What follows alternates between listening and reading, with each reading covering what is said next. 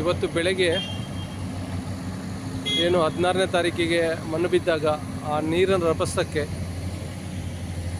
ಆ ಭಾಗದ್ದು 2 ಮನೆಗಳು ಬಿದ್ದೋಗಿತ್ತು.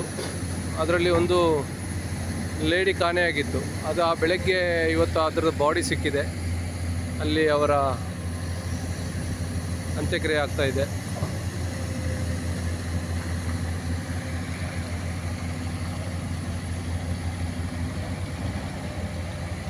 ಇಲ್ಲಿ ಸ್ಥಳೀಯರು ಹೇಳುವ ಪ್ರಕಾರ 10 ಜನ ಸತ್ತಿರ್ಬೋದು ಅಂತ ಊಹೆ ಮಾಡಿದರು. ಅದರಲ್ಲೀಗ 8 ಆಯಿತು, ಇನ್ನು 2 ಸಿಗಲಿಕ್ಕಿದೆ. ಅದು ಒಂದು ಲಾರಿ ಡ್ರೈವರ್ ಅದರಲ್ಲಿ, ಅದು ಇನ್ನೂವರೆಗೆ ಸಿಕ್ಕಲಿಲ್ಲ. ಆದಷ್ಟು ಬೇಗ ಸಿಕ್ಕಿದರೆ ಒಂದು ಒಳ್ಳೆಯದಿತ್ತು.